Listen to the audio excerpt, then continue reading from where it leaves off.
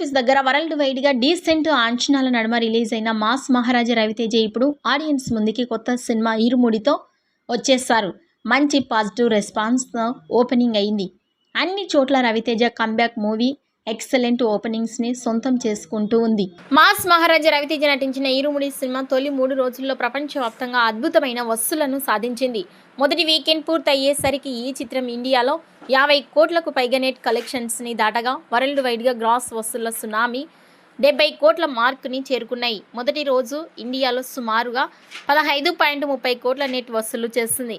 ఇక రెండవ రోజు ఇండియాలో 16.20 కోట్లతో వృద్ధి చూపించింది.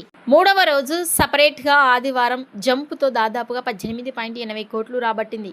తెలుగు రాష్ట్రాల్లో ఈ సినిమాకు ఆక్యుపెన్సీ రేటు చాలా బలంగా ఉంది. ఈవినింగ్ నైట్ షోలకు భారీగా ప్రేక్షకులు తరలివచ్చారు. కేవలం 72 గంటల్లోనే ఈ చిత్రం బ్రేక్ ఈవెన్ సాధించి లాభాల జోన్లోకి ప్రవేశించింది. ఈ వీడియోపై అలాగే ఇరుముడి బాక్సాఫీస్ కలెక్షన్స్పై మీ అభిప్రాయాన్ని కామెంట్స్ రూపంలో తెలియజేయండి.